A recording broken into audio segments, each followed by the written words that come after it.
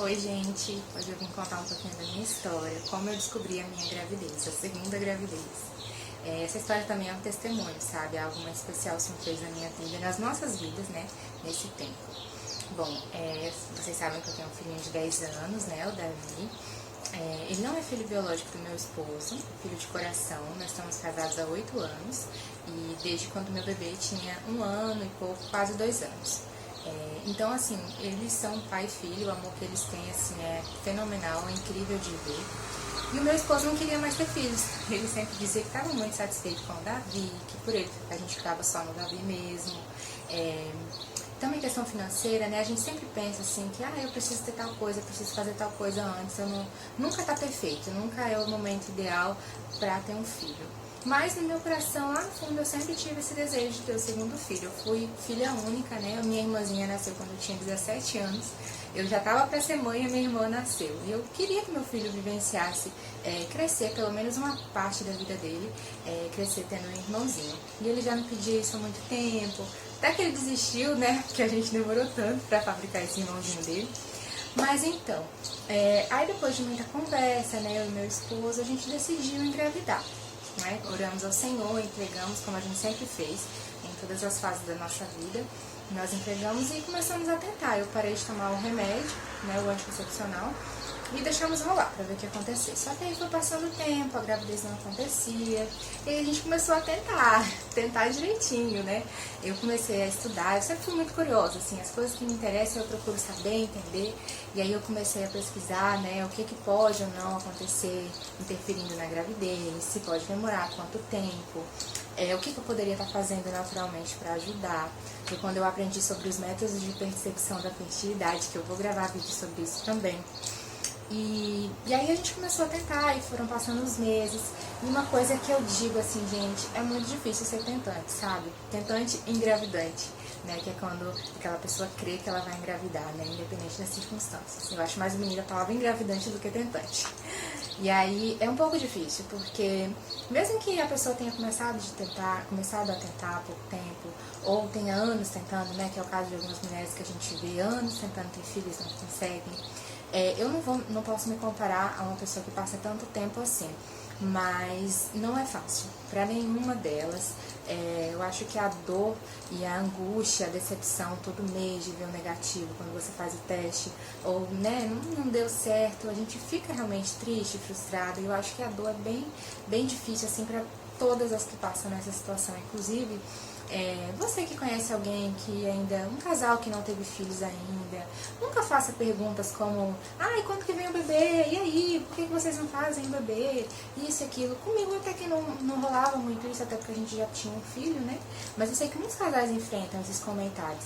E muitas das vezes a mulher tá tentando ali, né? O casal tá tentando, não tá conseguindo engravidar e isso machuca, né? Machuca bastante. E aí eu tava vivendo esse processo, né? Cada mês a gente tentava direitinho.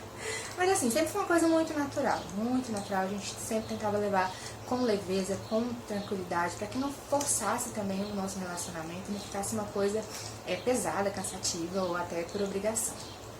Mas aí foram passando os meses e não acontecia.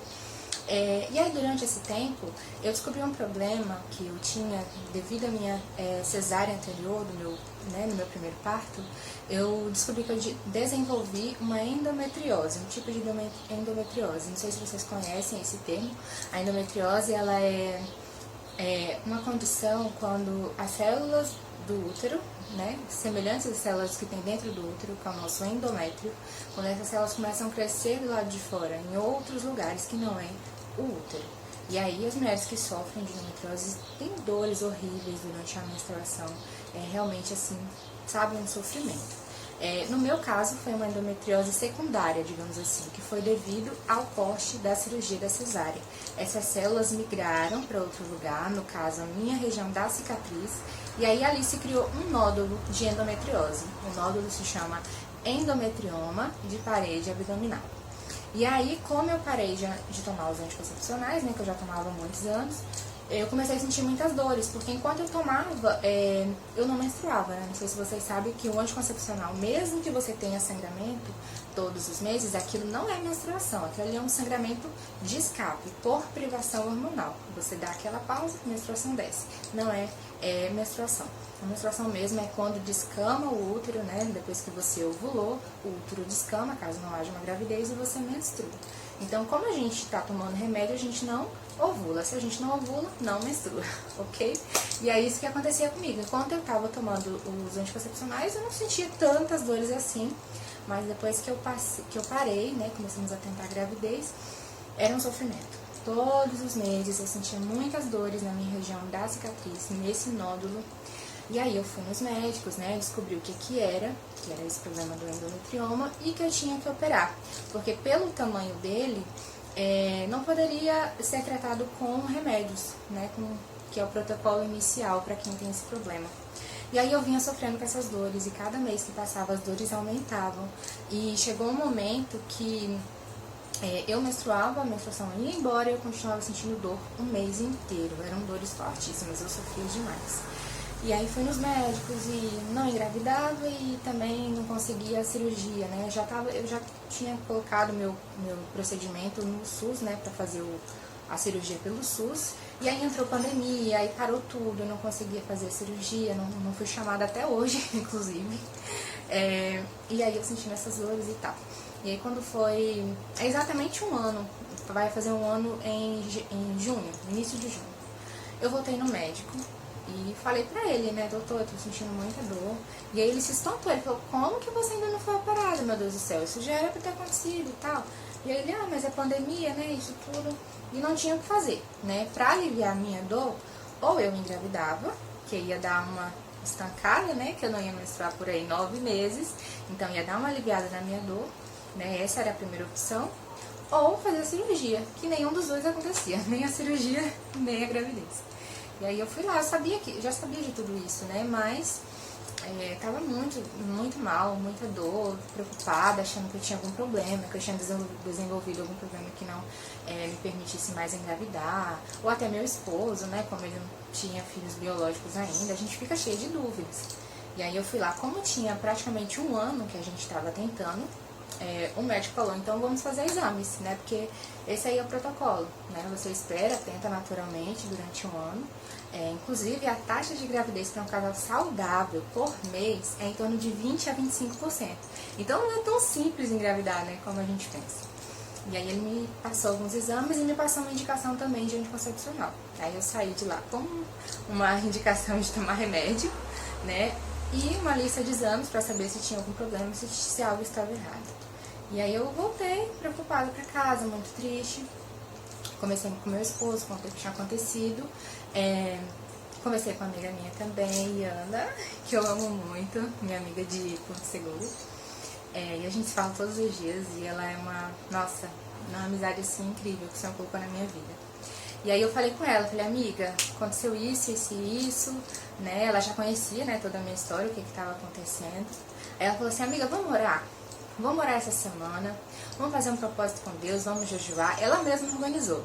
Cada dia ela colocou uma coisa que a gente ia fazer, um tipo de jejum e orações, e levantar de madrugada para orar. E ela falou, vamos fazer isso nesse propósito, mas não no sentido assim de você engravidar ou Deus te curar, mas sim para Ele te dar uma direção, para Ele te dar paz, né, no seu coração do que você deve fazer. E aí isso foi a última vez que eu menstruei. Né, eu estava menstruada quando fui na consulta, né, falar sobre isso, eu estava tendo muitas dores. E aí logo depois eu ovulei e engravidei. Eu sabia que eu estava ovulando, porque eu estudei sobre isso também, eu já sabia tudinho da minha ovulação. E aí eu ovulei e engravidei. Depois disso, né, nunca mais menstruei até hoje, e meu bebê tá aí. Então assim, o poder da oração, né. E aí eu fiz o teste, eu já sabia mais ou menos, já estava sentindo que eu tinha engravidado, fiz o teste, fiquei muito emocionada, muito feliz, muito grata a Deus, né, tem até videozinho aí, eu contando a gravidez pro meu esposo, foi um momento muito emocionante pra mim. Pra mim estava sendo muito difícil, né, porque a mulher tem aquele peso, né, a mulher que carrega o bebê e gera essa vida dentro dela, então era bem puxado pra mim.